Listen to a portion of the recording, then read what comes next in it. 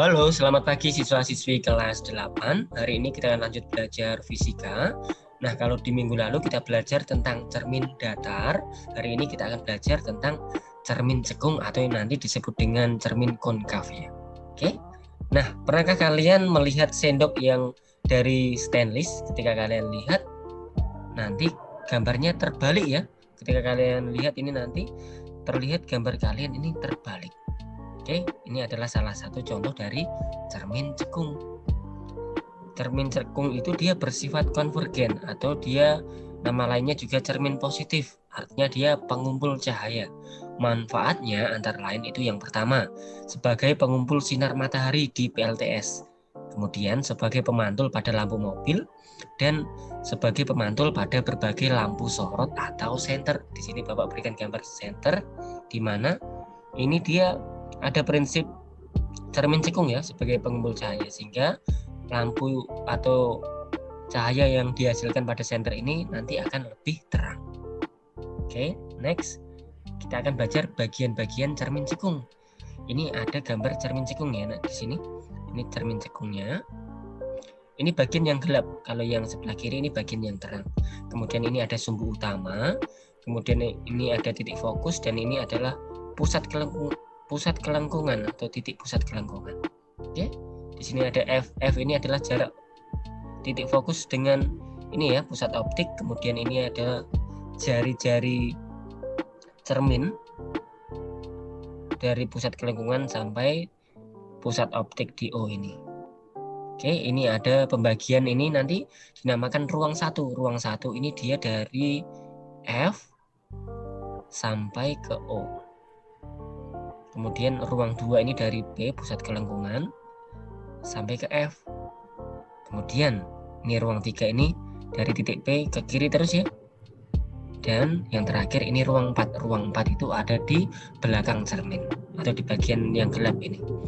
Oke, untuk keterangannya Bapak tuliskan di sini. Ini ya, tadi sudah Bapak jelaskan. P ini dia titik pusat kelengkungan cermin. Kemudian next titik fokus, titik pusat optik, jari-jari cermin, dan F ini jarak fokus cermin. Jadi ini misalkan ini berupa potongan cermin ya. Kalau kita teruskan ini nanti dia berbentuk lingkaran penuh, dan ini adalah titik tengah lingkaran tadi atau titik pusat kelengkungan cermin. Oke, selanjutnya kita belajar tentang sinar-sinar istimewa pada cermin cekung. Yang pertama, ini nih bunyinya. Sinar datang sejajar sumbu utama dipantulkan melalui titik fokus. Oke, sinar datang sejajar sumbu utama. Ini sinar datang ya. Sejajar. Ini artinya dia sejajar sumbu utama. Ini sejajar ya. Kemudian dipantulkan melalui titik fokus. Ya, ini dia dipantulkan melalui titik fokus. Seperti ini gambarnya. Oke. Kemudian yang kedua, sinar datang melalui titik fokus dipantulkan sejajar sumbu utama. Jadi ada sinar datang melalui titik fokus seperti ini ya. Kemudian dipantulkan sejajar sumbu utama. Ini dipantulkan sejajar sumbu utama. Ini sama. Oke. Selanjutnya yang ketiga, sinar datang melalui titik pusat kelengkungan. Pusat kelengkungan di P ini ya nak ya. Kemudian dipantulkan kembali ke titik pusat kelengkungan itu. Jadi gambarnya seperti ini. Ini nanti sinar datang menuju cermin kemudian dipantulkan lagi. Ini berimpit atau sama dia ya. Oke, next. Nah, ini gambarnya kalau dijadikan satu seperti ini. Keterangannya sama persis ya yang Bapak tuliskan tadi. Selanjutnya kita belajar lukisan bayangan pada cermin cekung. Misalkan nih ada benda kita taruh di ruang pertama. Ingat ya, ini ruang pertama. Ruang pertama itu dari F sampai O di sini. Ya. Ini O-nya di sini. Nah, misalkan ada benda di ruang pertama ini, kemudian bagaimana nanti sifat bayangan yang terbentuk? Nah, kita pakai nih sifat bayangan. Oke, kita pakai sifat sinar istimewa yang pertama, kemudian kita pakai sifat sinar yang ketiga melalui titik pusat kelengkungan ya. Ini nanti seolah-olah cahaya ini nanti diteruskan, seolah-olah diteruskan ke sini. Oke, ini nanti terbentuk bayangannya di sini, titik perpotongannya. Oke, seperti itu ya. Ini yang asli, ini yang bayangan. Oke. Untuk sifat bayangan, jika benda di ruang 1, ini sifatnya seperti ini nih. Dia sifatnya maya. Maya ini jika bayangan di belakang cermin atau di ruang 4. Ini pada cermin cekung ya. Kemudian sama tegak, ini sama-sama tegak ya, sama-sama di atas sumbu utama. Kemudian diperbesar. Ini awalnya segini, kecil, kemudian menjadi besar. Ya. Selanjutnya, bayangan di ruang 4. Ini bayangan di ruang 4 ya. Bayangannya di ruang 4 ini Bapak berikan untuk yang benda asli ini warnanya hijau, kemudian untuk bayangan Bapak sengaja ini berikan tandanya beda ya, supaya ini membantu kalian membedakan ini yang asli. Kalau yang dalamnya putih ini dia yang bayangan. Oke. Nah, selanjutnya ketika benda ditaruh di ruang 2, sifatnya seperti apa? Kita gambarkan ya. Kita pakai sifat sinar istimewa yang pertama, kemudian kita pakai sifat sinar yang kedua. Nah, titik perpotongannya di sini nih. Nah, ini yang asli ya. Yang atas yang asli. Pokoknya yang hijau ini dia yang asli, kemudian bayangannya yang berupa list hijau ini. Ini bayangannya. Oke. Nah, untuk sifat jika benda di ruang kedua, dia ini nanti sifatnya nyata. Nyata ini jika bayangan di depan cermin ya. Kemudian terbalik, ini satu di atas sumbu utama, yang bayangannya di bawah, jadi ini terbalik. Kemudian diperbesar, ini menjadi besar ya. Selanjutnya bayangan di ruang 3, ini dia di ruang 3, bagian sini ruang 3. Oke, selanjutnya jika benda di ruang 3 sifatnya seperti apa? Sama, kita pakai sifat sinar yang pertama, kemudian kita pakai juga sifat sinar yang ketiga. Titik perpotongannya di sini ya. Jadi bayangannya terbentuk di ruang 2 ini. Sifatnya bagaimana? Sifatnya dia nyata, terbalik, diperkecil. Bayangan di ruang 2. Oke. Selanjutnya, rumus cermin cekung itu kita pakai yang ini nih. Ya, 1/F sama dengan 1/S plus 1/S arsen. Kemudian yang kedua, F sama dengan setengah R. Ini nilainya tadi ya, di mana R ini jari-jari. Kemudian ini keterangannya.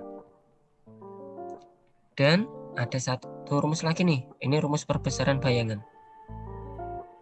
Oke. Keterangannya Bapak tuliskan di sini. M sama dengan M ini perbesaran bayangan. Kemudian ini tadi ya. H arsen, ini bacanya arsen ya. H arsen ini untuk yang bayangan. Ini juga untuk yang bayangan, ada tanda arsen. Oke, kita langsung ke contoh soal. Misalkan di sini ya, Amin berdiri 150 cm di depan cermin cekung. Jika jarak titik pusat kelengkungan cermin cekung sebesar 200 cm, hitung jarak bayangan yang terbentuk, kemudian perbesaran bayangan, kemudian tinggi bayangan Amin jika tinggi Amin 150, dan yang terakhir sifat bayangan yang terbentuk. Oke, kita tuliskan. Yang pertama adalah kita tuliskan diketahuinya. Diketahui yang pertama dia S ya. S-nya 150 cm, ini S-nya jaraknya. Kemudian pusat kelengkungannya berapa? 200. Oke. Kalau pusat kelengkungannya 200 berarti jarak fokusnya adalah 100 cm. Ini setengahnya ya. Selanjutnya ditanya A, B, C, dan D. Gitu ya. Kita kerjakan yang A. Yang A, oke. Rumusnya 1/F sama dengan 1/S plus 1/S arsen. Kemudian kita masukkan nilainya ya. 1/100. Ini 1/150 plus 1/S arsen. Ini nanti yang dicari. Oke. Kemudian ini nanti kita lanjutkan ya. 1/100. Ini nanti pindah ruas ke kiri menjadi negatif ya. 1/50. Ini 1/S arsen. Kemudian Bapak lanjutkan di sini. Ini menjadi 300 ya. 300 ini nanti dibagi 100 nilainya berapa? 3. Kemudian 300 bagi 150 nilainya 2. Oke, ini 1/S arsen. Maka Bapak langsung kan ya. Ini 1/300. Ini 1/S arsen. Maka S arsen sama dengan tinggal dibalik nih. 300 cm. Ini yang A. Selanjutnya kita kerjakan yang B. Yang B itu dicari perbesaran bayangan. Rumusnya ya. M sama dengan S arsen per S. Dimana S arsennya berapa? 300. S-nya ini ya 150. Jadi perbesarannya adalah 2 kali. Gitu ya. Selanjutnya yang C. Yang C kita cari tinggi bayangan amin. Jika tinggi amin 150 cm. Maka kita pakai rumus yang ini, yang kedua. H arsen per H. Sehingga M-nya berapa? M-nya 2. H arsen ini yang dicari ya. Kemudian H-nya ini jika tinggi amin 150. Maka H arsen sama dengan 2 kali 150. Nilainya 300 cm. Oke, ini tinggi bayangan amin ya. 300 cm. Kemudian yang C tinggal yang D, sifat bayangan yang terbentuk. Sifat bayangan yang terbentuk bagaimana? Oke, kita gambarkan di sini. Oke, bayangan di ruang 2 ya, karena titik fokusnya tadi 100 cm ya. Kemudian jarak bendanya 150 ya. Ini 150. Maka dapat dikatakan kalau dari sini ke sini ini 200. Karena 2 kalinya nilainya. 200 cm. Ini titik pusat kelengkungan tadi. Oke. Jika benda di ruang 2 sifatnya seperti ini ya. Tadi sudah kita pelajari. Nah, ini bayangan yang terbentuk. Bayangan yang terbentuk jika benda di ruang 2 sifatnya adalah nyata, kemudian terbalik, diperbesar, dan bayangan di ruang 3. Oke, kira-kira itu yang dapat Bapak sampaikan pada materi pembelajaran pada pagi hari ini. Kiranya anak-anak tetap semangat belajar, stay fit, stay healthy, and God bless you. Thank you.